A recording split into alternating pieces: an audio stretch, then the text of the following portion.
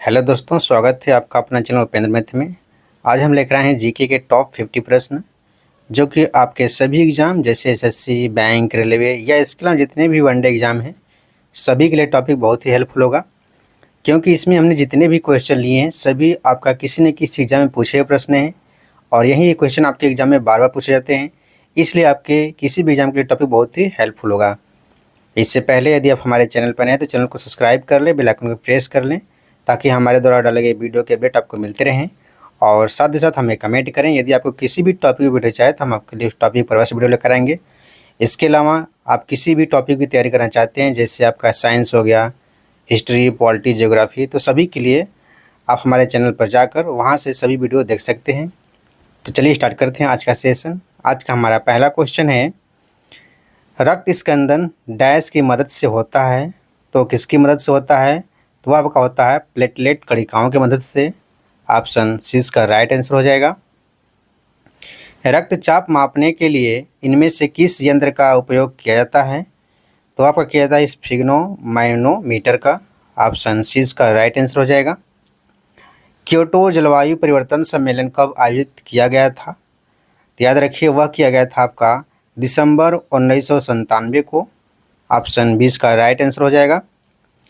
Peripheral device क्या है? तो याद रखिएगा ये ऐसे आंतरिक या बाह्य डिवाइस हैं जो सीधे कंप्यूटर से जुड़ते हैं लेकिन कंप्यूटर के प्राथमिक कार्यों में योगदान नहीं करते।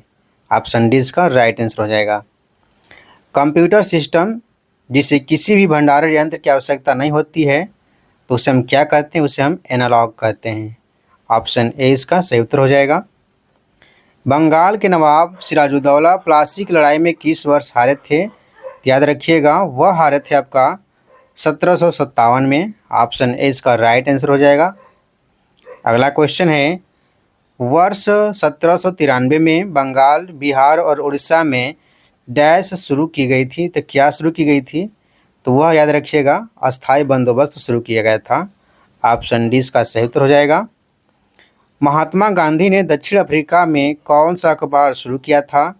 तो वह अखबार है आपका इंडियन ओपिनियन। ऑप्शन ए इसका सही उत्तर हो जाएगा।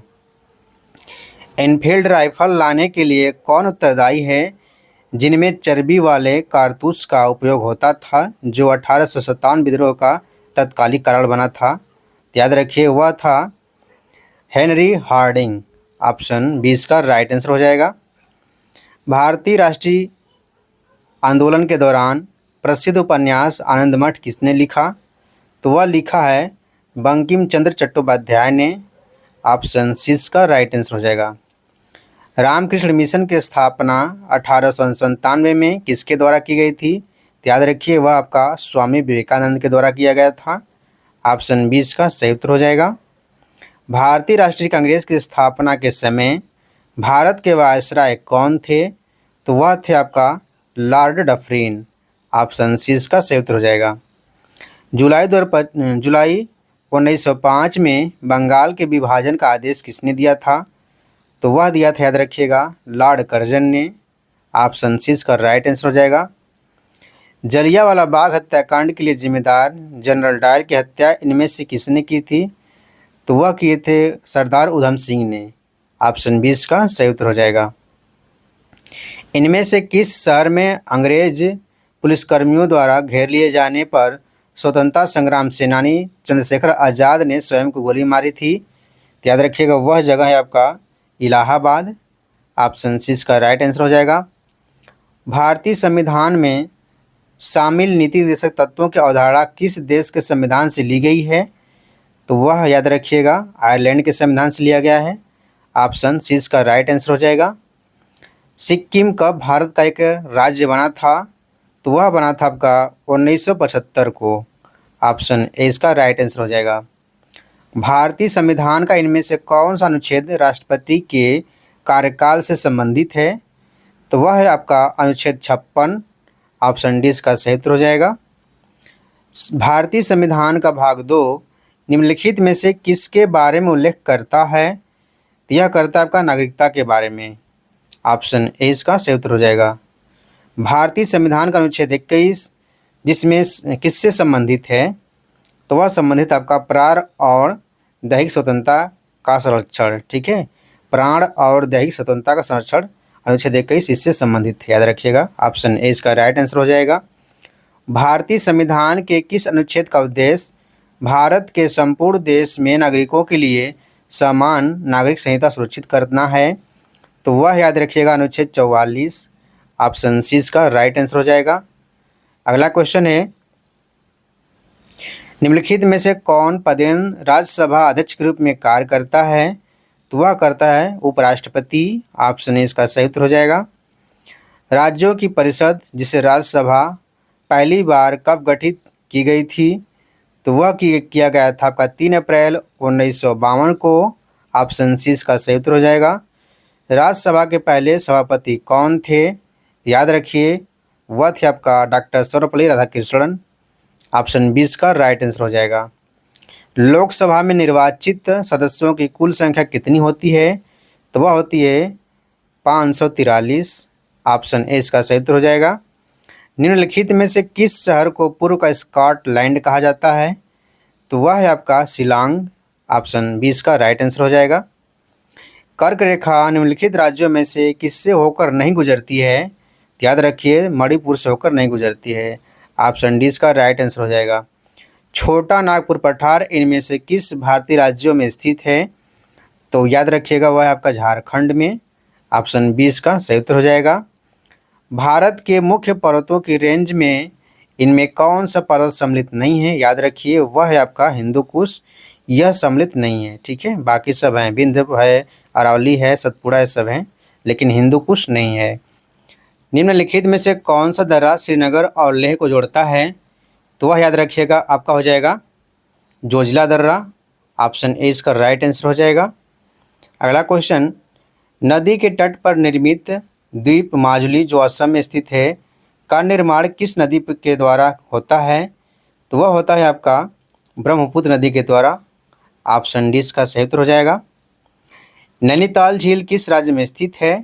तो याद रखिए, वह आपका उत्तराखंड राज्य में स्थित है। ऑप्शन ए इसका सही उत्तर हो जाएगा।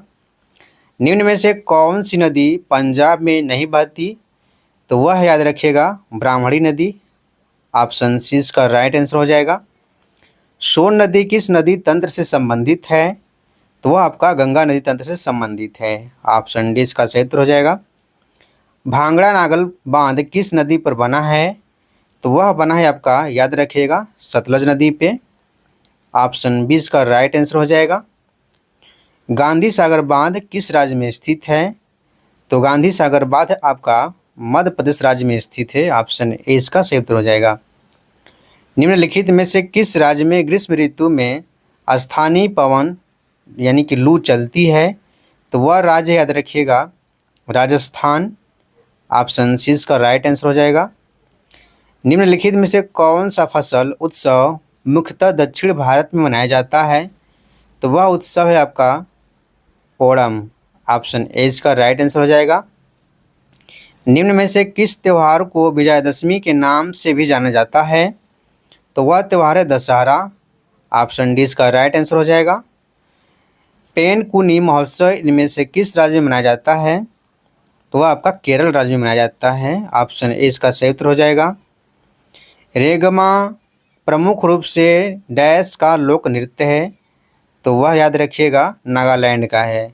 ऑप्शन डी इसका राइट आंसर हो जाएगा। गोटीपुआ किस राज्य का एक पारंपरिक नृत्य स्वरूप है? तो वह है आपका उड़ीसा राज्य का। ऑप्शन डी इसका सही उत्तर हो जाएगा। निम्नलिखित में से कौन सा कर्नाटक संगीत का एक राग है? तो वह है आपका, याद रखिएगा, सिंधु भैरवी। ऑप्शन बी इसका राइट आंसर हो जाएगा। किस खिलाड़ी की आत्मकथा का नाम प्लेइंग इट माई वे रखा गया है? तो वह है, याद रखिएगा, सचिन तेंदुलकर। ऑप्शन ए इसका राइट आंसर हो जाएगा। ठीक है, प्लेइंग इट माई वे सचिन तेंदुलकर की आत्मकथा है। ठीक है, अगला क्वेश्चन है, क्रिकेट माई स्टाइल पुस्तक किसने लिखी है? तो वह लिखी है कपिल देव ने। ऑप्शन इसका राइट आंसर हो जाएगा। विश्व ओजोन दिवस कब मनाया जाता है? तो वह मनाया जाता है आपका 16 सितंबर को। ऑप्शन सी इसका राइट आंसर हो जाएगा। अगला क्वेश्चन है, राष्ट्रीय ऊर्जा संरक्षण दिवस कब मनाया जाता है? तो आपका 14 दिसंबर को मनाया जाता है। ऑप्शन ए इसका सही उत्तर हो जाएगा। 1913 में साहित्य के लिए नोबेल पुरस्कार प्राप्त करने वाले पहले भारतीय का नाम क्या था? तो याद रखिएगा, वह था रविंद्रनाथ टैगोर। ऑप्शन डी इसका राइट आंसर हो जाएगा। माउंट एवरेस्ट फतह करने वाली पहली भारतीय दिव्यांग है, तो वह कौन है? अरुणिमा सिन्हा। ऑप्शन सी इसका राइट आंसर हो जाएगा। इंग्लिश चैनल को तैरकर पार करने वाली पहले एशियाई कौन था या थी? याद रखिएगा, वह है आपका मिहिर सेन। ऑप्शन ए इसका राइट आंसर हो जाएगा। माउंट एवरेस्ट की चोटी पर पहुंचने वाली पहली महिला कौन थी? तो वह थी आपका जुको तेबई। ठीक है, जुको तेबई। ऑप्शन 20 का सही उत्तर हो जाएगा। भारत के संविधान का कौन सा अनुच्छेद राज्यपाल की नियुक्ति से संबंधित है? तो वह अनुच्छेद है आपका 155। तो दोस्तों, आज का हमारा क्वेश्चन कंप्लीट हुआ। यदि आपको वीडियो पसंद आया तो प्लीज़ चैनल को सब्सक्राइब कर लें, बेल आइकन प्रेस कर लें, ताकि हमारे द्वारा डाले गए वीडियो के अपडेट आपको मिलते रहें। और साथ ही साथ हमें कमेंट करें। यदि आपको किसी भी टॉपिक की वीडियो चाहे तो हम आपके लिए उस टॉपिक पर अवश्य वीडियो लगाएंगे। तो आज के लिए धन्यवाद।